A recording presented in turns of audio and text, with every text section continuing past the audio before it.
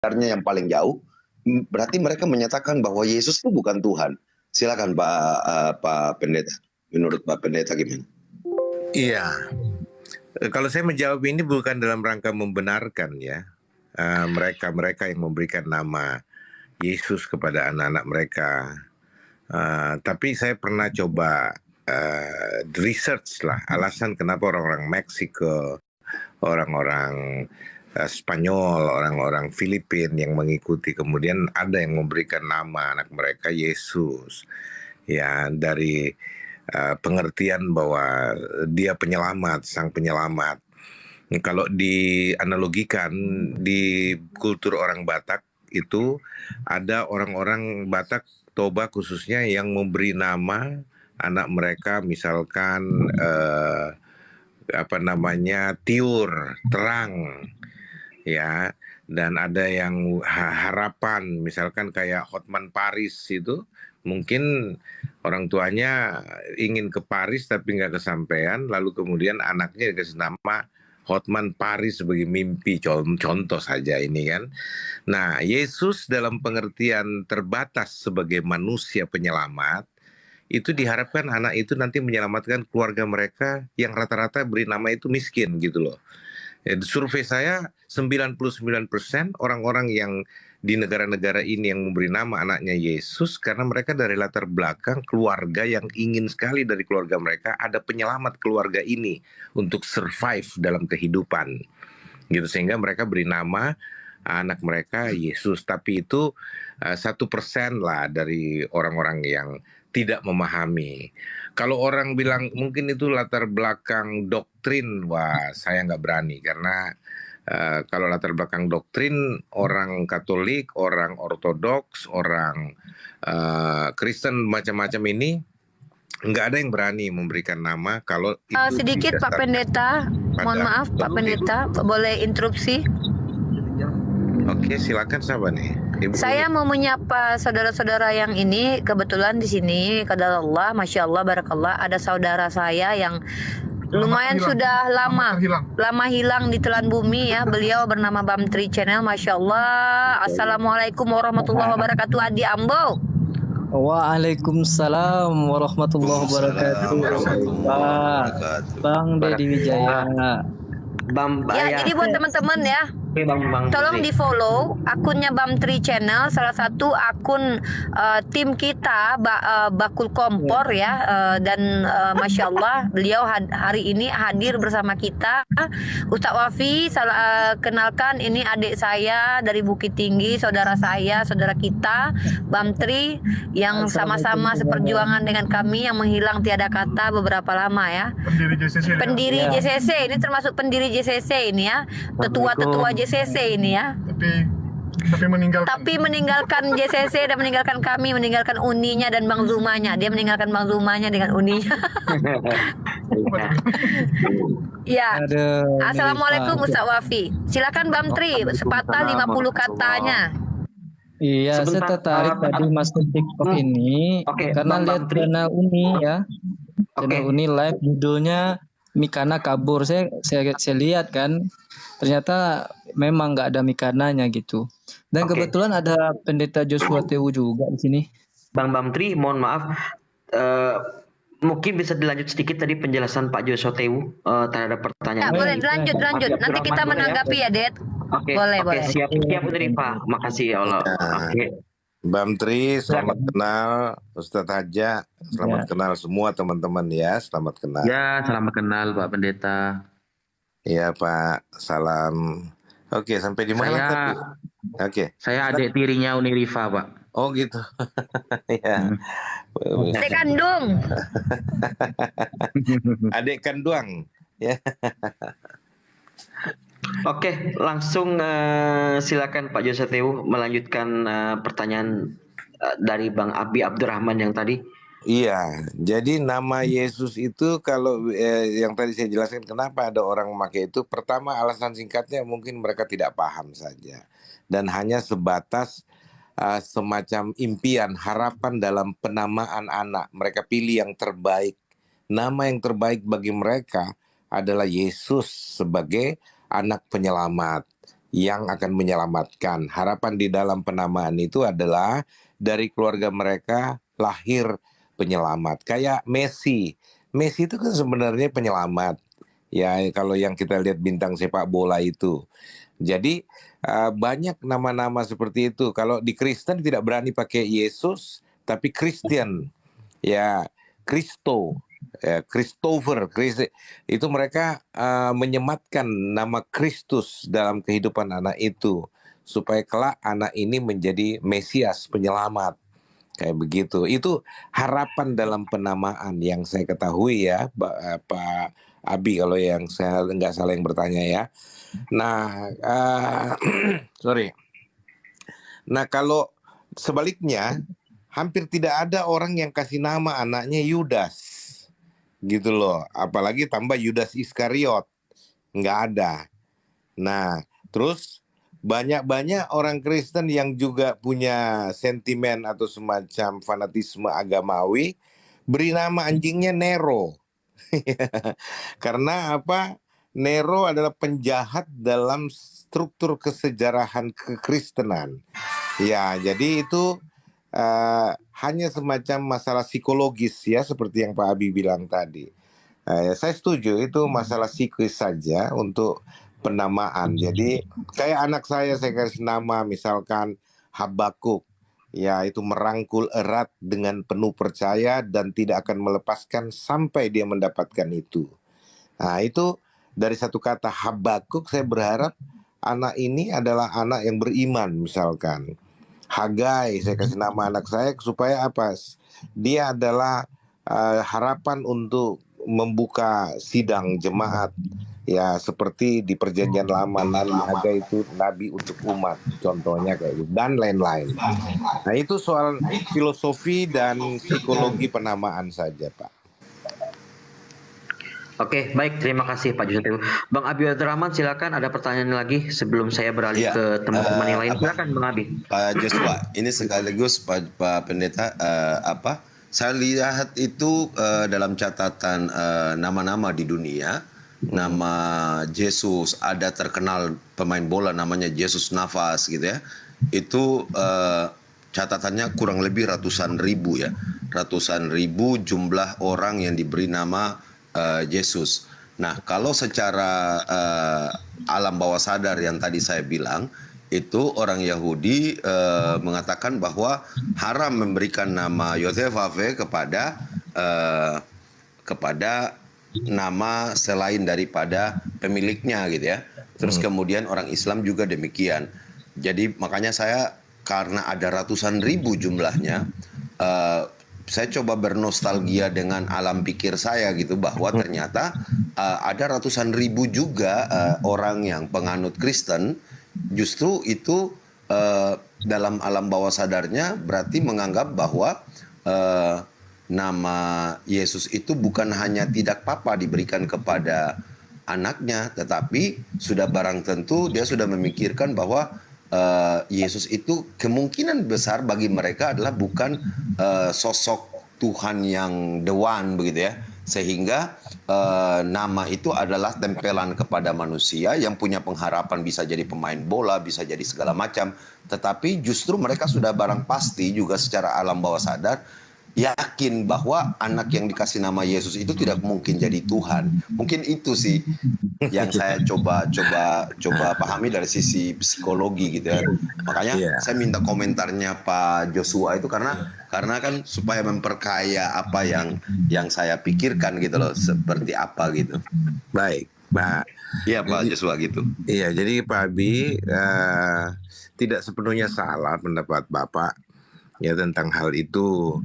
Nah, kalau kita berbicara landasan doktrinal, ya kemungkinan saja mereka itu memberikan nama itu dalam proporsional Tuhan yang jadi manusia, Tuhan yang ada dalam keadaannya, eksistensinya kepada manusia, dalam keadaannya sebagai manusia penyelamat, ya, yang telah mengosongkan dirinya, Jadi dalam keadaannya sebagai manusia, dia sendiri menamakan dirinya dalam keadaan manusia itu sebagai Yesus.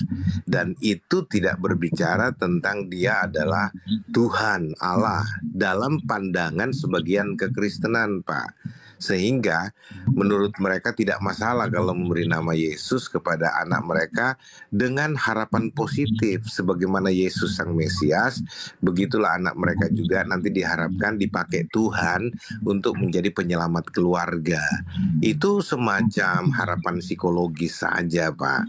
Kalau kita kaitkan masalah doktrinal Pak Abi Abdurrahman, mungkin tidak mengena ya. Dan kayaknya kalau saya pribadi juga, misalkan saya diberikan kesempatan mengulangi kasih nama anak saya tidak akan kasih nama Yesus anak saya. Karena bagi saya nama itu sangat kudus. Nama yang mestinya satu-satunya dipakai oleh Sang Mesias, Tuhan yang jadi manusia penyelamat, gitu loh.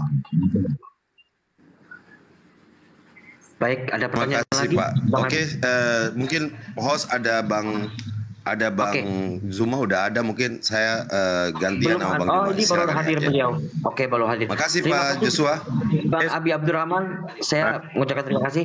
Oke, sebelum beralih ke teman-teman yang lain, Bang Bamtri dengan Ustadz Wafi, saya mau instruksi sedikit ya, jangan buat teman-teman yang sedang menyaksikan live malam ini, jangan lupa di follow akun TikTok dari Bamtri Channel, Naja Media, Abi Abdurrahman, Pak Joso Tewu, dan Uni Rifa. Baik, langsung ke berikutnya. Silakan Ustadz Wafi atau Bang Bamtri, silakan. Ada pertanyaan? Silakan. Mic-nya masih ketutup Ustadz Wafi atau Bang Bamtri, silakan. Pak Bamtri dulu. Tafadhol. Silakan. Oh, Ana ya. Kalau Ana nggak banyak pertanyaan sih. Kalau masalah ketuhanan itu panjang kalau mau didebatkan ya. Saya mau tanya kabar Pak Pendeta aja dulu. Gimana kabarnya Pak Pendeta? Terima kasih Pak Bamtri, baik, dalam keadaan sehat walafiat. Saya dulu tertarik dengan pernyataan Pak Pendeta ya beberapa bulan yang lalu yang mengatakan Islam itu luar biasa. Islam itu mampu menutupi aib saudaranya sendiri, dan Pak Pendeta juga waktu itu menyampaikan sering mengikuti ceramahnya Ustadz siapa ya yang dari Makassar itu ya? Dasat Latif. Ya. Ya Ustadz Dasat Latif. Betul. Ini saya tertarik dan waktu itu juga berdoa lah buat Pak Pendeta ya, mudah-mudahan hatinya terbuka, melunak gitu ya, menerima ajaran Islam. Nah, Terima itu aja kasih. Pak Pendeta.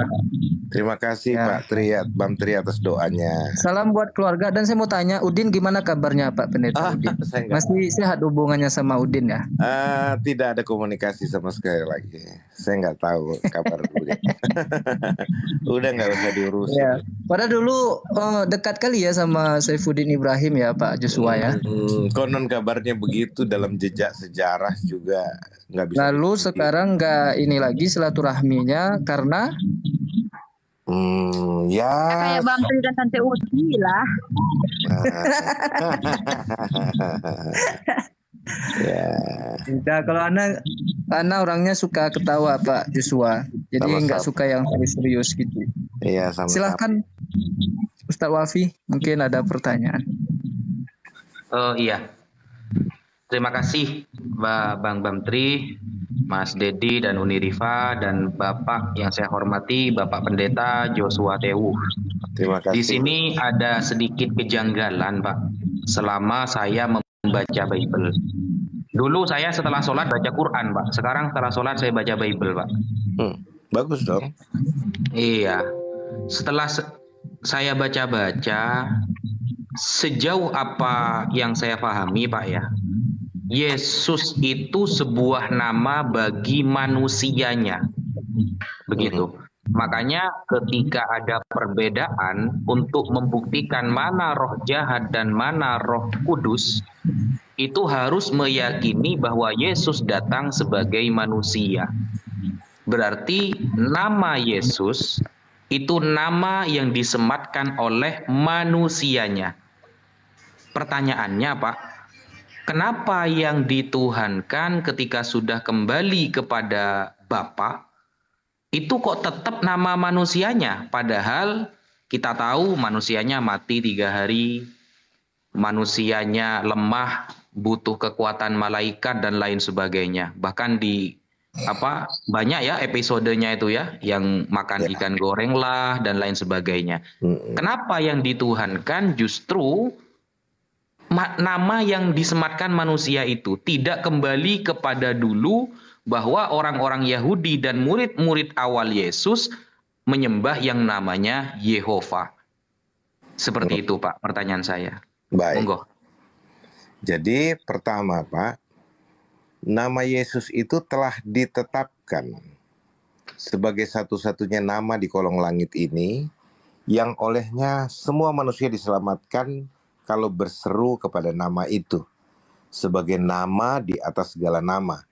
Nama yang diyakini dapat menyelamatkan. Artinya bukan nama itu saja. Di balik nama itu ada karya indah, agung dan mulia dalam penebusan manusia berdosa.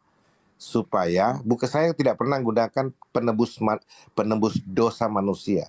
Saya orang yang bertolak belakang dengan 99% narasi Kristen yang dibangun bahwa Yesus penebus dosa manusia. Saya mengatakan Yesus penebus manusia dosa. Bukan dosanya yang ditebus, tapi manusianya yang ditebus. Itu misi dibalik karya agung di Golgota. Nah, kenapa nama itu tetap dibawa sampai ke sorga? Karena nama itu telah dipatenkan, tidak ada nama lain. Nama yang dijanjikan kepada semua manusia, supaya barang siapa yang berseru kepada nama itu diselamatkan. Lalu pertanyaannya, bagaimana dengan Yehova? Sebenarnya Yehova itu tidak asli Alkitab, termasuk Yahweh. Apakah pakai H atau tanpa H. Yang ada di perjanjian lama, kalau orang-orang teolog mau jujur, itu yang ada hanya 4 huruf mati yang dikenal dengan istilah tetragrammaton, YHWH, tanpa pempanjangannya. Itu jadi semacam inisial dari sang pencipta. Jadi YHWH itu ya. Nah, itu sebabnya kalau Anda baca Alkitab, dikatakan bahwa itu bukan nama yang ditetapkan untuk menjadi nama yang menjadi pokok keselamatan, bukan. Karena ada nama yang akan diberikan. Nah, ketika dia turun dalam keadaannya sebagai manusia dan dia memberi namanya sendiri dalam eksistensinya sebagai manusia penyelamat itu dengan nama Yesus, maka nama inilah yang menjadi nama paten dalam soal keselamatan, Pak. Itu. Kalau Anda periksa naskah perjanjian lama, naskah perjanjian baru, tidak ada nama lain selain nama Yesus. Sedangkan YHWH bukan nama. Bahkan orang Yahudi dilarang untuk berseru kepada nama itu, inisial itu. Kenapa? Karena orang tidak tahu bagaimana mengucapkannya sebenarnya. Nama itu tidak untuk diucapkan, tidak untuk diserukan. Makanya orang Israel asli, orang Ibrani, tidak berani memanggil dengan Yahweh, ya, tapi memanggilnya dengan Adonai. Adonai Elohenu, Adonai Echad. Seperti itu, bukan Yahweh. Belakangan itu muncul istilah itu untuk memudahkan penyebutan YHWH dalam berteologi. Tapi itu kemudian tidak disadari menjadi kerancuan bagi banyak orang. Nah, jadi seperti itu, Pak Ustadz. Kan gini Pak ya, ketika Bapak menjawab bahwa nama Yesus adalah nama yang telah dijanjikan sebagai penebus manusianya, sehingga nama itu menjadi abadi sampai dituhankan, padahal di konsep awal Yohanes 1 nomor 1 itu justru yang menjadi otoritas yang utama itu bukan logosnya, Pak, yang akan diberi nama Yesus, tapi Allahnya. Jadi coba kalau kita melihat konsep awal, pasal 1 apa yang Anda maksud? Coba dibacakan. Kan pada mulanya adalah firman. Firman bersama-sama Allah. Firman itu adalah Allah. Nah, yang menjadi otoritas di sini adalah Allah. Allah memiliki firman. Sehingga dalam Yohanes 1 nomor 14 dikatakan firman itu turun menjadi daging atau kita katakan manusia. Jadi yang menjadi otoritas dalam penyembahan itu adalah Allah. Kalau kita melihat dalam 13 prinsip keimanan orang Yahudi, dari dulu sampai zaman murid-murid Yesus, ada istilah dalam Slosa Asal Ikarim, ya. Slosa Asal Ikarim itu adalah 13 prinsip iman Yahudi. Yang nomor 3, di sana dikatakan bahwa yang namanya Tuhan tidak boleh berjasmani dan tidak boleh berkonsep jasmani. Yesus jelas-jelas berkonsep jasmani. Dan Yesus jelas-jelas adalah jasmani. Yang awalnya firman lalu menjadi jasmani. Nah, kalau kita melihat konsep bahwa yang awal mula menjadi prioritas itu adalah Allah, kenapa ketika firman ini sudah turun dan kembali kepada Allah itu kok malah firman-Nya yang dituhankan? Bukan Allah-Nya yang memiliki firman itu. Karena kalau di Islam, Pak, ya, kita sebagai orang Islam haram dan kafir hukumnya ketika menyembah firman. Kenapa seperti itu? Karena ketika kita sebagai orang Islam menyembah firman, itu tidak mewakili penyembahan yang lain. Allah itu memiliki beberapa sifat yang maha berfirman, yang maha kekal, yang maha dahulu, tidak ada awalnya, dan maha-maha yang lain. Tapi kalau kita menyembah Allah-Nya, sama dengan kita menyembah seluruh sifat kesempurnaan yang melekat kepada dirinya. Nah, dengan logika tersebut, maka seharusnya umat Kristen itu menyembah, ini pemikiran saya Pak ya, sebagai orang Islam. Nanti bisa dibantah. Seharusnya adalah Allah yang memiliki firman tersebut. Bukan malah firman yang keluar, meskipun ada konsep Trinitas nantinya, meskipun firman ini sudah keluar lalu kembali lagi kepada Bapa yang di sorga atau Allah dengan A huruf besar kata LAI, itu Allahnya, karena Allahnya pemilik firman dan dialah yang mengutus firman. Dan kalau kita lihat di Ibrani 3 Pak, orang yang mengutus dengan yang diutus itu jauh lebih tinggi derajatnya yang mengutus. Orang yang membuat rumah, sampai begini di Ibrani 3 itu Pak. Orang yang membuat rumah lebih baik daripada rumah yang dibuatnya. Sampai dilogikakan seperti itu. Yesus sebagai apostolos, utusan dari Allah yang dia berupa firman, dia kembali lagi kepada Allah. Nah, ini akan rancu ketika yang disembah justru firman-Nya. Karena yang namanya Tuhan itu memiliki beberapa sifat kesempurnaan yang semuanya milik Allah itu. Oke. Gitu kira-kira Pak. Lanjut. Ini yang saya bilang, kesalahpahaman global, termasuk kesalahpahaman Anda di dalam menguraikan siapa Yesus. Karena begini Ustadz yang terhormat, bahwa itu yang Anda sebutkan, firman yang jadi daging, firman yang keluar dari itu frame dari kaum Trinitarian dengan konsep Tritunggalnya yang tidak Alkitabiah. Karena kami yang percaya bahwa Tuhan itu Esa, Elohim itu Esa, dalam bahasa Arabnya Allah itu Esa, itu tidak seperti konsep teologis yang Anda uraikan berdasarkan frame teologi Trinitarian. Bukan Pak, tidak seperti itu. Menerangkan hal ini harus dibahas secara keseluruhan rencana penyelamatan manusia dan eksistensi dari sang penyelamat yang tidak lain dan tidak bukan adalah sang kehidupan itu, sumber keberadaan, sang pencipta seru sekalian alam. gitu.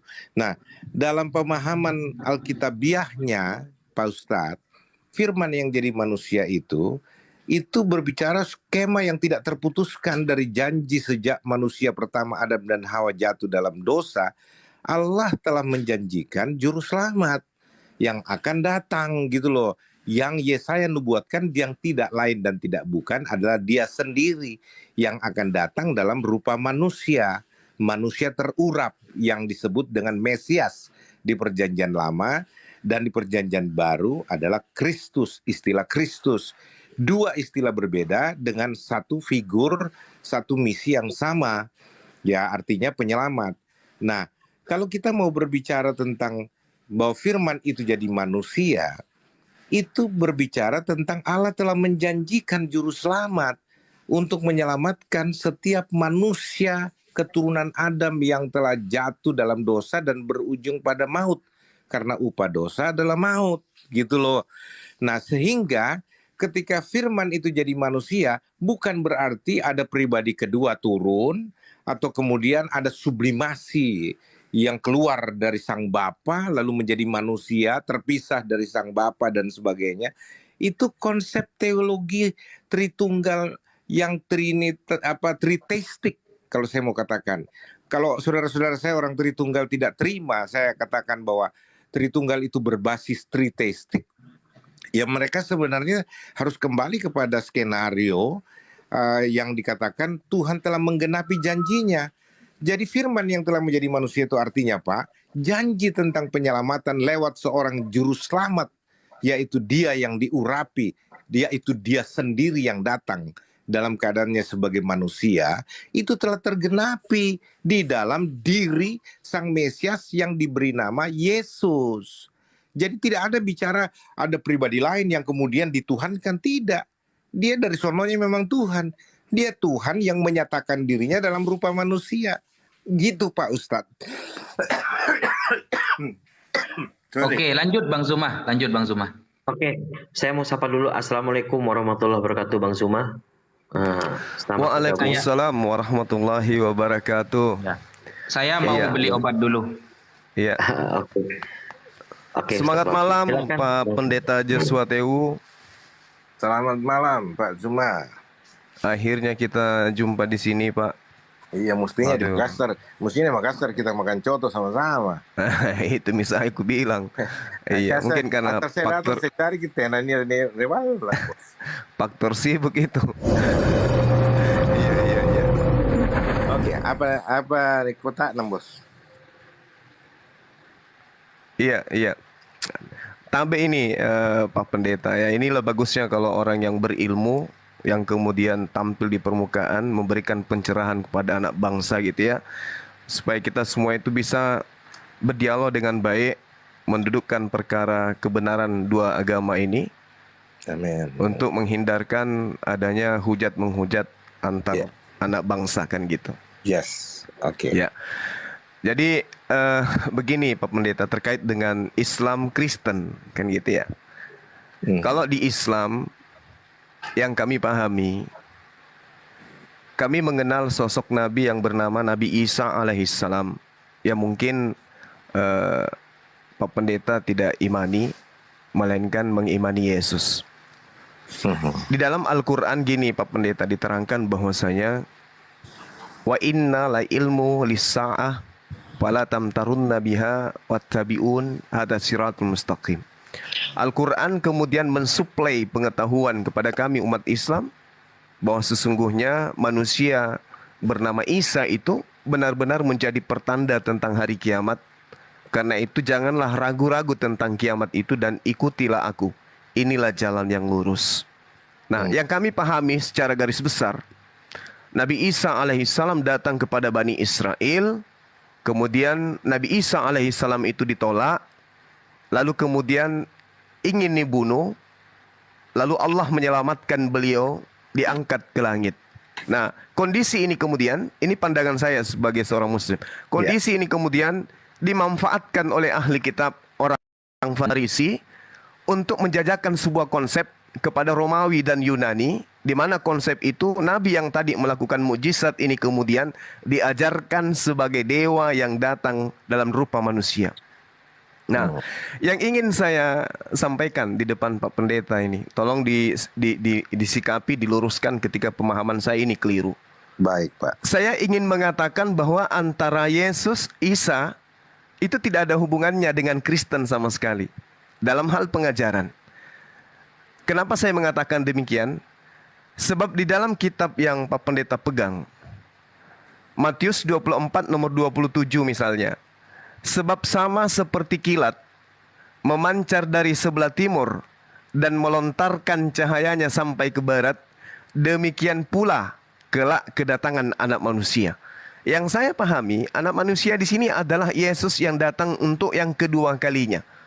Artinya bahwa ketika matahari itu terbit, cahaya itu bersinar atau kilat itu kemudian memancarkan cahaya dari timur ke barat, maka seluruh makhluk yang hidup, dalam hal ini manusia, akan melihat dan mengetahui dan tersadarkan itu bahwa utusan Tuhan Sang Mesias Yesus yang kami sebut Isa alaihissalam sudah datang untuk yang kedua kalinya, sehingga dunia ini kemudian menjadi terkesima dengan kejadian itu.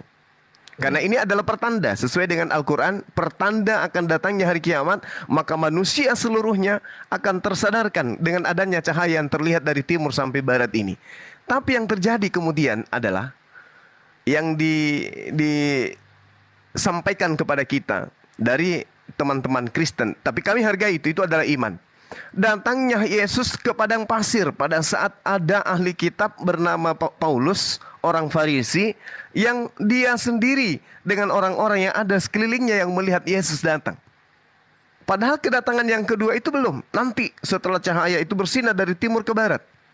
Yang kedua kali menurut Al-Quranul Karim. Tapi ternyata ketika Yesus mengatakan, berpesan, jangan kau mendengarkan, jangan kau mendekati, jangan kau percaya ketika ada orang yang berkata ada Mesias di sini, ada Mesias di sana. Jangan kau percaya, kata Yesus. Tapi ternyata penilaian saya, pengakuan Paulus mengaku bertemu Yesus, siapakah engkau? Siapakah engkau Tuhan? Akulah Yesus yang kau aniaya. Itu di luar konsep yang diajarkan oleh sosok Nabi yang datang kepada Bani Israel. Ajaran yang ditambah-tambahkan menurut saya sehingga melahirkan konsep Kristen. Ini pandangan saya, Pak Pendeta. Karena Anda orang berilmu, tentu memahami hal yang saya sampaikan. Saya mohon untuk dicerahkan, khususnya kepada saya yang mungkin salah dalam menilai itu. Silakan. Baik, saudaraku Pak Suma, saya sangat menghargai, sangat menghormati pemahaman akidah Islam yang Anda sebutkan tentang Isa Al-Masih yang berlandaskan Al-Quranul Karim. Saya tidak membantahnya. Artinya itulah kepercayaan Islam berdasarkan kitab suci Al-Quran. Nah, hanya jikalau Anda kemudian memparalelkan antara Al-Quran dan Alkitab seolah-olah itu satu warna, disinilah persoalan tafsirnya, bahwa apa yang Anda katakan atau dengan penuh rasa hormat, apa yang Anda kutipkan berdasarkan ajaran Al-Quran, itu tidak diajarkan oleh Alkitab. Iman Kristen berdiri di atas bukan mitos para Yahudi, ahli Taurat dan orang Farisi, bukan. Iman Kristen dibangun berdasarkan kitab suci Alkitab Perjanjian Lama sampai Perjanjian Baru. Kitab Kejadian pasal 1 ayat 1 sampai dengan Wahyu 22 ayat 21. Nah, tidak ada kita mendirikan iman kami di atas story atau hikayat atau mitos yang ada di sekitar para Yahudi, orang-orang Farisi, ahli Taurat, termasuk seperti yang Anda bilang tadi, Pak Suma, soal konsep tentang Yesus itu dijajakan, ditawarkan kepada bangsa Romawi, ya, dan itu mitos yang berkembang pada saat itu, dan kemudian diparalelkan dengan Paulus adalah orang yang kemudian mengajarkan konsep yang salah yang tidak diajarkan oleh Kristus sendiri. Nah, itu sebabnya saya katakan bahwa kalau kita berbicara mengkombinasi atau memixkan, mencampur adukkan antara pemahaman Al-Quran dan Alkitab, kita akan dikaburkan dengan hal itu. Dominasi Islam dalam soal pemahaman Isa Al-Masih yang menganggap bahwa Isa Al-Masih itu adalah Yesus dan memaksa Alkitab atau orang Kristen harus mengaminkan apa yang diajarkan Al-Quran, disinilah letaknya kekeliruan itu, saudaraku. Nah, tapi saya sendiri sangat menghormati. Kalau begitu kepercayaan Islam, ya nggak ada masalah, silahkan. Disinilah yang bahasa Indonesia dari apa yang terkenal dengan ayat kum dinukum, apa ya, agamamu adalah agamamu, agamaku adalah agamaku. Begitu Sari Batang, sederhana saja. Iya, baik. Sebelum kita lanjut, saya ingin tahu dari Pak Pendeta, apa nggak keberatan kita dialog kayak begini, Pak? Enggak, saya nggak keberatan sama sekali. Artinya, asal dialog itu dengan motif untuk mencari pengetahuan yang benar atau untuk mengkonfirmasi. Kayak Bapak bilang, itu kan saya sangat hormati, sangat hargai Pak Suma. Ketika Anda bilang, kalau pemahaman saya salah, tolong diluruskan. Itu kan sportivitas yang patut dijunjung tinggi, patut dihargai. Makanya ketika Anda berbicara seperti ini, saya sangat menghormati, saya sangat memberikan apresiasi dan semua teman-teman yang lain. Saya justru kadangkala bicara begini, maaf ya, tidak meremehkan saudara-saudari saya seiman.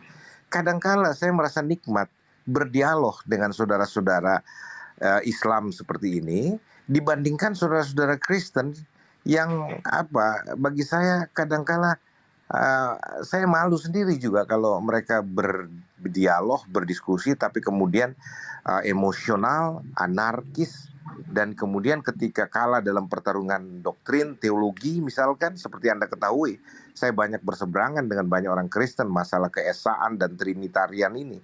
Ya, kemudian mereka tidak mampu mengalahkan saya secara argumentatif teologis, mereka menyerang pribadi, personal, membangun gosip, fitnah, dan lain sebagainya, pembunuhan karakter. Itu yang saya katakan amat sangat disesalkan.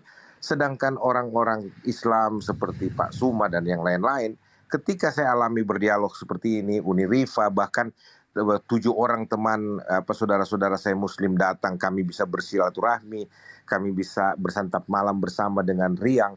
Bukan berarti kita tidak mendiskusikan agama, iman, perbedaan, bahkan saling ajak mengajak. Misalkan Uni Rifa suka bercanda, ini kesempatannya kayaknya Pak Yosua ucapkan 2 kalimat syahadat. Lalu saya bilang, oke, kita gantian. Kamu terima Yesus, saya bimbing ya. Dan tidak ada masalah, kita saling mengakrabkan diri tanpa perlu emosional, marah, anarkisme, atau maki-maki dan sebagainya. Makanya saya katakan, Pak, saya betul-betul menikmati diskusi-diskusi seperti ini, Pak Suma. Silakan Pak Suma. Baik Pak, makasih, alhamdulillah. Jadi sekedar diketahui oleh umat Islam dan juga teman-teman Kristen yang sempat melihat live kita ini, saya dengan Pak Pendeta dalam hal ini murni ya berdialog. Saya sengaja membawa Al-Quranul Karim supaya saya tidak melepaskan pandangan saya terhadap Kristen berdasarkan kitab suci yang saya imani gitu. Nah, kembali Pak, di dalam Al-Quranul Karim, ini kan Al-Quran ibaratnya kalau kita menganalogikan Indonesia, maka Al-Quran ini adalah reformasi dalam pandangan saya sebagai orang yang sedikit belajar gitu. Kemudian Kristen itu adalah Orde Baru dan Yahudi itu adalah Orde Lama kan gitu. Artinya kapasitas dari pandangan cakrawala keislaman saya itu bisa merujuk kepada 2 pandangan sudut pandang golongan tadi. Nah, Al-Quran kemudian menceritakan seperti ini. A'udzubillahi minasyaitonirrajim. Bismillahirrahmanirrahim. Walamma ja'ahum kitabun min indillah musaddiqan lima ma'akum wa kanu min qablu yastaftihun 'alal ladina kafaru falamma ja'ahum ma arafu kafaru bi. Lalu kemudian fala'natullah 'alal kafirin. Dan setelah datang kepada mereka Al-Quran dari Allah yang membenarkan apa yang ada pada mereka. Jadi Al-Quran membenarkan tentang adanya sebuah pemahaman atau wahyu yang diterima oleh kaum terdahulu. Padahal sebelumnya mereka biasa memohon kedatangan Nabi untuk mendapatkan kemenangan atas orang-orang kufur. Maka setelah datang kepada mereka apa yang telah mereka ketahui, mereka lalu mengingkarinya. Maka laknat Allah atas orang-orang yang ingkar terhadap itu. Nah, poin daripada ayat surah Al-Baqarah 89 ini kemudian saya temukan di ayat 42. Wala talbisul haqqa bil batil wa taktumul haqqa wa antum ta'lamun. Dan janganlah kamu campur adukkan yang hak dengan yang batil, dan jangan kamu menyembunyikan yang hak itu sedang kamu mengetahui. Apa poinnya kemudian? Ayat ini menerangkan tentang kondisi umat terdahulu yang kemudian mencampur adukkan yang hak dan yang batil. Sehingga narasi yang saya bangun di awal tadi, ketika kemudian saya mengatakan tentang Matius 24 nomor 27, bagaimana kondisinya ketika Nabi Isa alaihissalam itu datang untuk yang kedua kalinya. Ternyata beliau datang, yang lain di manusia di belahan dunia manapun itu kemudian menyadari kedatangannya. Jadi tidak ada yang kemudian terlena dengan itu. Sebab sama seperti kilat memancar dari sebelah timur dan melontarkan cahayanya sampai ke barat, demikian pula lah kelak kedatangan anak manusia. Nah, terkait dengan pernyataan-pernyataan Pak Pendeta, di awal saya mendengarkan tadi tentang Tuhan datang dalam rupa manusia. Nah, inilah yang saya katakan, mohon maaf yang sedalam-dalam. Inilah yang saya katakan bahwasanya adanya pertentangan keyakinan antara oknum yang kami sebut Nabi Isa alaihissalam, atau boleh saya setarakan sebagai Yesus dalam hal penyampai firman dan penerima firman. Itu ketika datang kepada Bani Israel, sama sekali dia tidak pernah mengatakan dirinya seperti yang diimani oleh teman Kristen. Apakah Kristen itu salah? Menurut pandangan saya, Kristen itu tidak salah. Tapi dalam hal ini, konsep ini dihasilkan dari paradigma yang kemudian dijajakan kepada orang Romawi dan Yunani pada saat itu. Dan hari ini, teman-teman Kristen adalah korban. Itu pandangan saya. Sekali lagi, saya mohon maaf. Nggak apa-apa.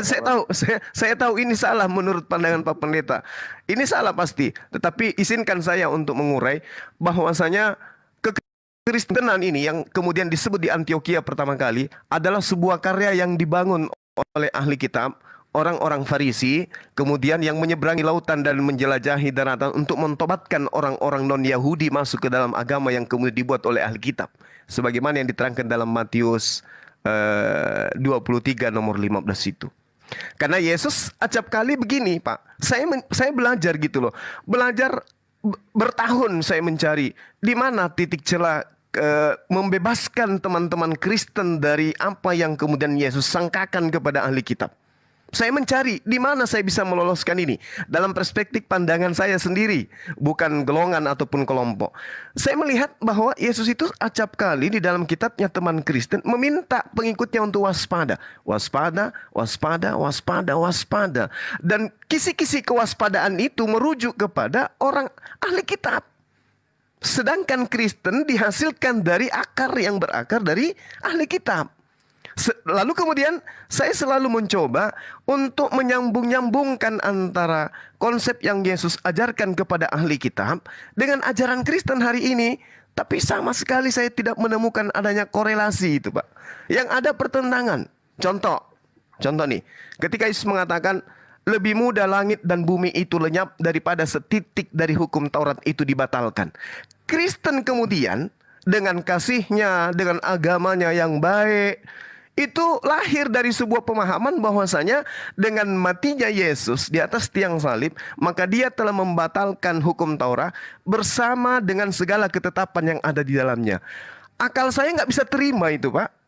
Ya, ketika Yesus mengatakan tidak setitik pun dihilangkan sebelum bumi dan langit ini lenyap, kemudian muncul agama yang mengatakan semuanya itu lenyap hanya dengan propaganda tentara-tentara Romawi. Rupanya silakan, sorry, silakan. Saya nggak lupa poin-poinnya, Pak Suma. Jadi begini, Ustadz. Jadi narasi yang Anda bangun berdasarkan perspektif Islami yang Anda yakini, itu sebenarnya kalau kami katakan tadi, itu hak Anda untuk membangunnya, membangun narasi seperti itu. Tapi di dalam kultur Kristen pun, bahkan sejak awal tidak seperti itu. Kekristenan tidak dibangun atas propaganda atau hasil kinerja menjajakan konsep yang keliru terhadap Romawi dan kemudian jadi Kristen. Tidak seperti itu. Karena kekristenan itu dibangun berdasarkan nubuatan bahwa ada umat baru yang akan dibangun oleh Sang Mesias. Dalam kitab Yeremia itu dikatakan. Jadi kekristenan itu lahir dari penggenapan nubuatan itu juga. Pengikut Kristus. Dan kami tidak pernah mengklaim kekristenan itu sebagai agama.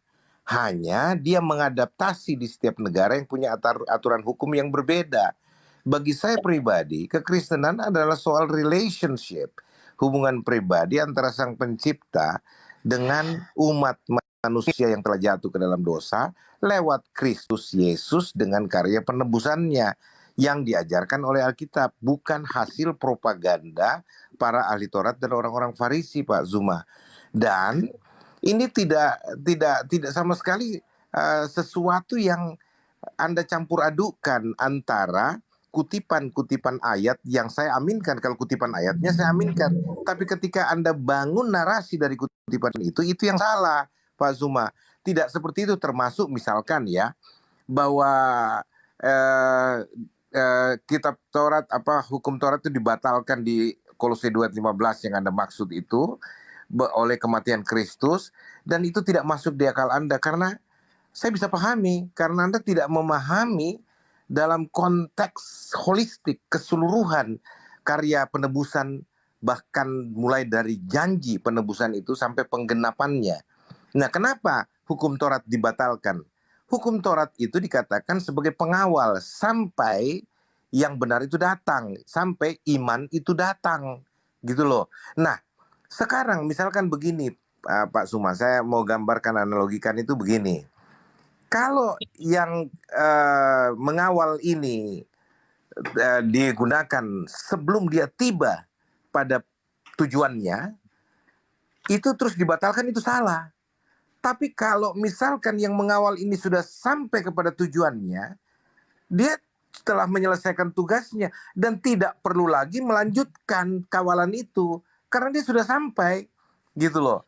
Nah, Taurat mengawal sampai kepada iman, sampai kepada Yesus datang.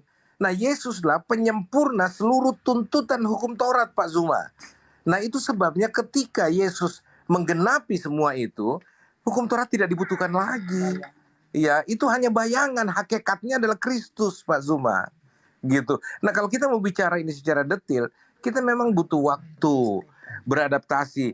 Jadi bagi saya, Pak Zuma, itu hukum Taurat itu seperti brosur untuk sebuah apartemen yang akan dibangun misalkan, ya. Brosurnya dikasih tahu ini sekian, begini. Makanya seluruh hukum Taurat itu dengan tradisi simbolik, ibadah simbolik Israel itu kayak brosur bahwa Mesias yang akan digambarkan itu harus dijaga janji itu dengan ibadah-ibadah simbolik. Nah, ketika brosur tentang apartemen itu diedarkan, apartemen itu belum ada. Ketika apartemen itu sudah selesai dan menyerahkan kunci, brosurnya nggak dibutuhkan lagi, nggak perlu dilanjutin lagi, Pak Suma. Gitu loh, kita tinggal masuk dan menikmati apartemen itu. Kira-kira seperti itu analoginya, Pak. Oke, baik. Sekali lagi saya minta maaf yang sedalam-dalamnya ya, Pak Pendeta. Ini pandangan saya sebagai seorang Muslim ya, Pak ya. No problem. Bukan, alhamdulillah, masya Allah. Jadi gini, sangat menarik dengan paparan dari Bapak gitu ya. Tapi beda pendapat itu adalah hal yang wajar kurasa. Nah, pandangan kami sebagai seorang Muslim ya, sekali lagi sebagai seorang Muslim, lalu kemudian keterbukaan agama Kristen itu untuk dipelajari, lalu kemudian amanat agung untuk memberitakan Injil kepada siapapun, lalu kemudian instruksi dari Al-Quran kepada saya untuk belajar gitu, membawa saya pada kondisi di mana saya belajar tentang Bible. Meski dalam pembelajaran itu kemudian ternyata menurut sudut pandang teman-teman Kristen, saya salah, saya keliru, saya kemudian tidak sesuai dengan Alkitabiah menurut pemahaman. Itu wajar itu, karena saya bukan seorang Kristen. Yeah. Tapi izinkan saya berpendapat di dalam hasil penemuan pelajaran saya ini, proses belajar mengajar saya yang saya alami. Yeah. Nah, ketika kemudian dalam pandangan Islam, ada yang dikatakan persaksian, kesaksian iman, kesaksian tentang Tuhan, kesaksian diri sebagai hamba Tuhan, kesaksian diri sebagai utusan Tuhan. Itu juga saya temukan di dalam kitabnya Pak Pendeta, Yohanes 17 nomor 3. Nah, ini masih ada uraian rangkaiannya dengan uraian kita tadi. Inilah hidup yang kekal itu, yaitu bahwa mereka mengenal Engkau satu-satunya Allah yang benar, dan mengenal Yesus Kristus yang Engkau utus. Ini adalah cerminan Taurat, kesempurnaan Taurat. Ada yang mengutus, ada yang diutus. Nah, lalu kemudian kalau saya mendefinisikan ini, memaknai ini dengan narasi keislaman saya, di situ sangat jelas dikatakan tidak ada Tuhan selain daripada Allah. Yesus utusan Allah. Kalau kemudian saya mempersaksikan syahadatainnya, la ilaha illallah Isa Rasulullah. Pandangan saya sebagai manusia biasa nih yang memiliki akal, ketika saya bertanya pada diri saya, apakah makna dari ayat ini di situ adalah 3 menjadi 1, atau 1 menjadi 3, atau 1 kemudian tetap 1, tetapi pada prinsipnya dia menjadi 3. Nah, inilah yang kemudian yang masih berputar-putar di kepala saya. Yeah. Sedangkan dalam poin ini, hidup kekal itu mendudukkan pribadi Yesus dalam cakupannya dia sebagai manusia, sebagai utusan. Poinnya adalah dia mengakui orang-orang Yahudi ketika ingin hidup kekal, dia kudu wajib hukumnya mendudukkan perkara ini dengan serius bahwa Yesus itu hanya sekedar utusan Tuhan. Nah, saya dibingungkan dengan adanya kitab Yesaya 63 nomor 9 yang mengatakan bukan utusan, bukan duta. Sedangkan Yesus mengatakan dirinya adalah utusan. Lahir kemudian Kristen saudara saya yang mengatakan bahwa Yesus yang utusan itu adalah Sang Tuhan itu sendiri. Nah, disinilah saya menemukan sebuah dilema pada diri saya yang kemudian justru akan semakin menguatkan iman saya. Dan saya semakin cinta kepada Yesus. Gitu loh, gitu loh Pak Pendeta. Iya, menarik. Oke, silakan Pak Zuma. Ya, karena pembahasan seperti ini kan memang sebenarnya memicu keinginan tahu kita lebih dalam satu dengan yang lain untuk belajar. Cuman yang saya mau katakan kepada Pak Zuma bahwa kalau Anda mengatakan bahwa itu membingungkan dan tidak pernah ada narasi yang mengatakan Yesus harus disembah, misalkan contohnya ya, dia hanyalah seorang utusan. Dalam kapasitas tertentu termasuk pengakuan atau syahadat Anda bahwa Allah itu yang wajib disembah sedangkan Yesus adalah utusannya, itu nggak salah dalam konteks tertentu gitu.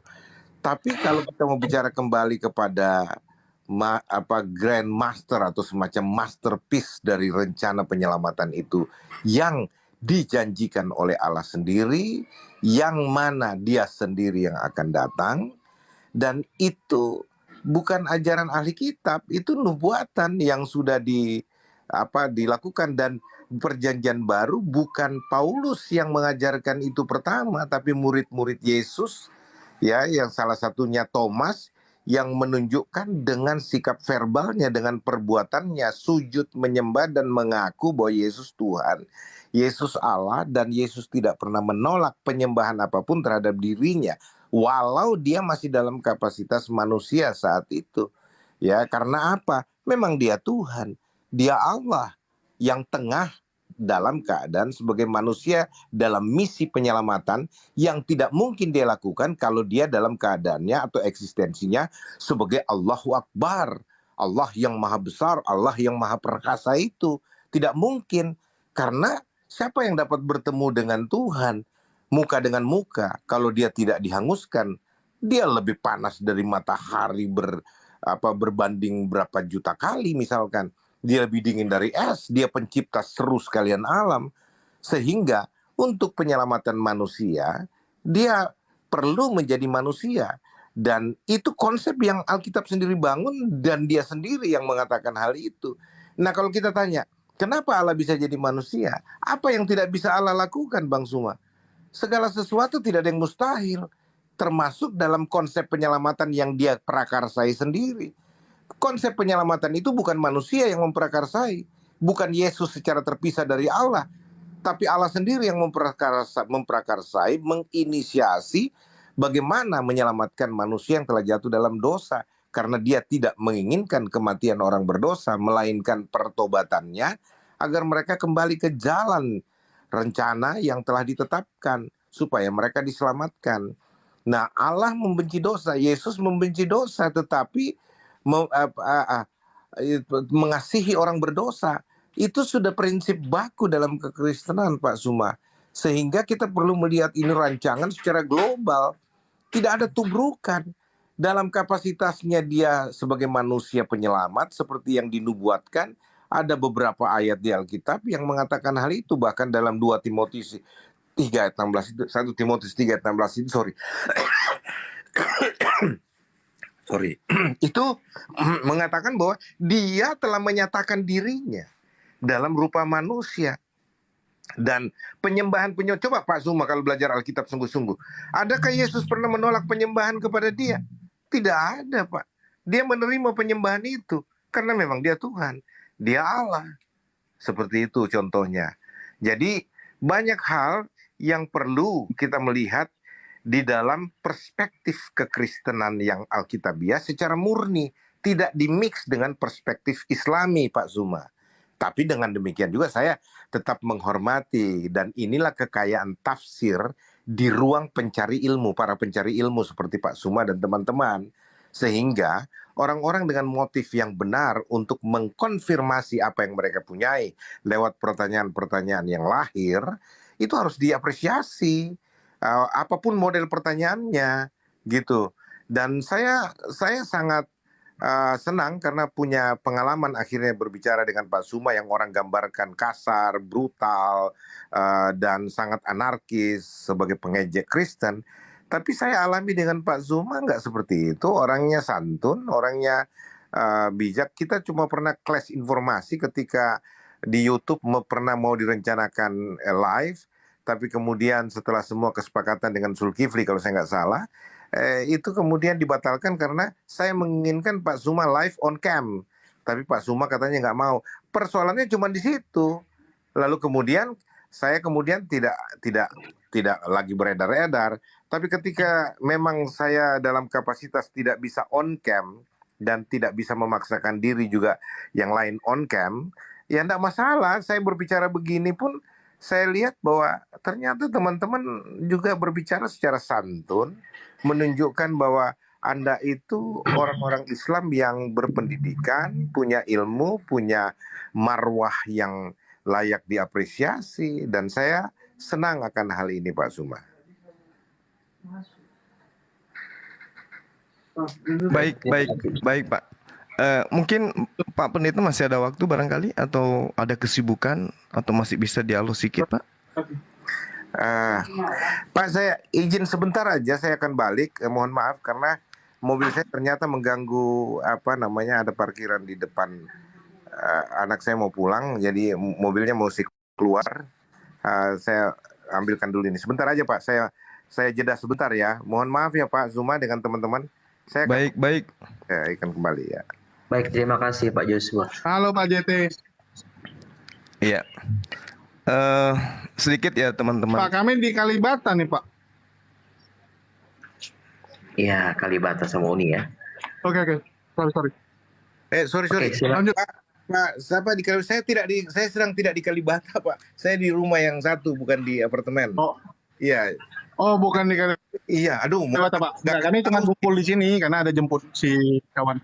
Kalau kasih tahu saya pasti di situ itu. Kirain Bapak di sini mau ngajak sate.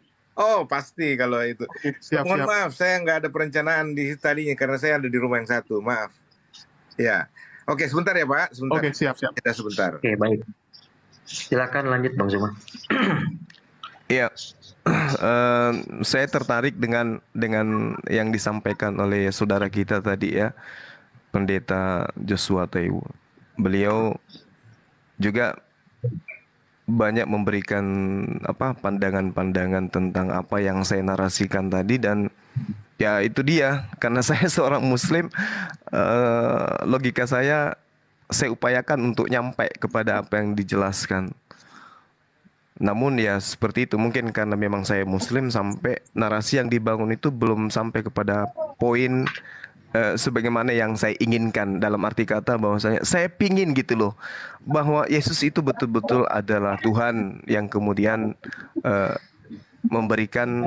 memberikan sebuah janji kepada teman-teman Kristen, dan saya salah ketika saya mengatakan bahwasanya Kristen ini adalah sebuah agama yang dibentuk tanpa pengetahuan Yesus itu sendiri. Nah, mungkin nanti kalau misalnya Pak Pendeta yang kita hormati ini masih mau hadir, karena beliau saya yakin beliau nggak nyangka kalau akan berdialog dengan kita sampai sejauh ini. Bang Zuma. Iya. Iya. Tapi ada isinya loh yang disampaikan oleh Pak Joshua Tewu tadi itu. Ya gimana deh? Satu yang saya tangkap tadi yang berisi ya, bahwa PL atau perjanjian lama itu, Torah itu adalah brosur. Ini yang paling saya ingat dari apa yang dia sampaikan tadi. Nah, kalau saya ditanya tentang itu, atau saya diminta untuk menanggapi hal itu, inilah beratnya, sehingga saya itu katakan saya makin cinta kepada Yesus. Kenapa? Ajarannya semakin kita telaah lebih jauh berdasarkan Bible, itu semakin bersentuhan dengan Al-Quran. Dan teman-teman Kristen ketika dia membangun sebuah narasi, melahirkan sebuah pemahaman yang saya pahami, bahwasanya semakin membuat jurang pemisah antara Kristen dengan Yesus itu sendiri. Contoh misalnya, ketika dikatakan Torah itu adalah brosur, kita melihat saya nih di dalam 1 Raja-Raja 2 nomor 3 misalnya, lakukanlah kewajibanmu dengan setia kepada Tuhan. Ini perintah. Hukumnya dalam Islam itu wajib. Segala sesuatu yang hukumnya wajib ketika ditinggalkan dosa. Perintahnya, lakukanlah kewajibanmu dengan setia terhadap Tuhan. Dengan hidup menurut jalan yang ditunjukkannya. Dengan tetap mengikuti segala ketetapan, perintah, peraturan, ketentuannya. Seperti yang tertulis di dalam hukum Musa. Tapi saudara kita tadi mengatakan, hukum Musa itu yang ada di hukum Torah itu hanya brosur. Sementara Tuhan memerintahkan wajib hukumnya. Nah sekarang yang mana yang harus kita ikuti dan kita percayai? Perintah Tuhannya atau apa yang dikatakan oleh brosurnya, yang dikatakan brosur? Sedangkan kalau kita berbicara, itu tadi yang berbicara adalah kitab di luar daripada yang dituliskan oleh Nabi Musa dalam pandangan teman Kristen. Lalu bagaimana yang dituliskan Musa misalnya di dalam Ulangan 11 nomor 1? Haruslah engkau mengasihi Tuhan. Wajib. Ini lagi-lagi pandangan Islam. Kita kan bukan, mereka sahabat kita ini kan bukan Islam. Jadi cara pandang kita menyikapi sebuah perintah dengan mereka mungkin berbeda. Kalau umat Islam menyikapi ini, harus engkau mengasihi Tuhan, maka kedudukannya wajib. Dengan cara apa? Nah itu, dengan cara apa kita mengasihi? Ternyata data itu menerangkan dengan cara melakukan dengan setia kewajibanmu terhadap Dia, dengan senantiasa berpegang pada ketetapannya, peraturannya, dan perintahnya. Nah, di mana termaktub itu? Di hukum Taurat. Tapi ternyata hukum Taurat itu hanya brosur. Nah iya. Makanya kalau ada kawan-kawan yang mengatakan tadi tidak ada poin yang bisa diambil dari apa yang disampaikan oleh Pak Pendeta Joshua Tewu itu, saya tegaskan lagi, ada poinnya tadi ya, bahwa PL itu adalah brosur. Nah, mungkin tahun 2024 nanti jadi spanduk. Ya, terus gini, teman-teman. Kan? Adinda, tolong sedikit dari saya gitu ya. Nah, untuk menyelisih apa yang kemudian diterangkan di dalam 1 Raja-Raja 2 nomor 3, Ulangan 11 nomor 1, atau kita tambah 1 poin Yosua 1 nomor 7, bagaimana kemudian perintahnya kepada Bani Israel agar jangan menyimpang ke kiri dan ke kanan, melainkan tetap teguh terhadap pengajaran Musa. Itu kemudian kita melihat bagaimana dia mengambil contoh Thomas di dalam Yohanes 20 nomor 28. Di situ memang dikatakan bahwasanya afekrite Thomas kai eipen otomatis. Ho kurios. Nah, ini yang harus tapi saya rasa pendeta ini paham sampai ke sana. Thomas mengatakan kurios. Artinya kalau dia mengatakan kurios dan juga mengatakan theos, sama sekali itu tidak merujuk kepada Yesus. Kenapa saya mengatakan di sini? Karena jelas sekali pada data Yohanes 20 nomor 28 ini, kata kurios dan juga kata theos ini itu menggunakan bentuk nominatif.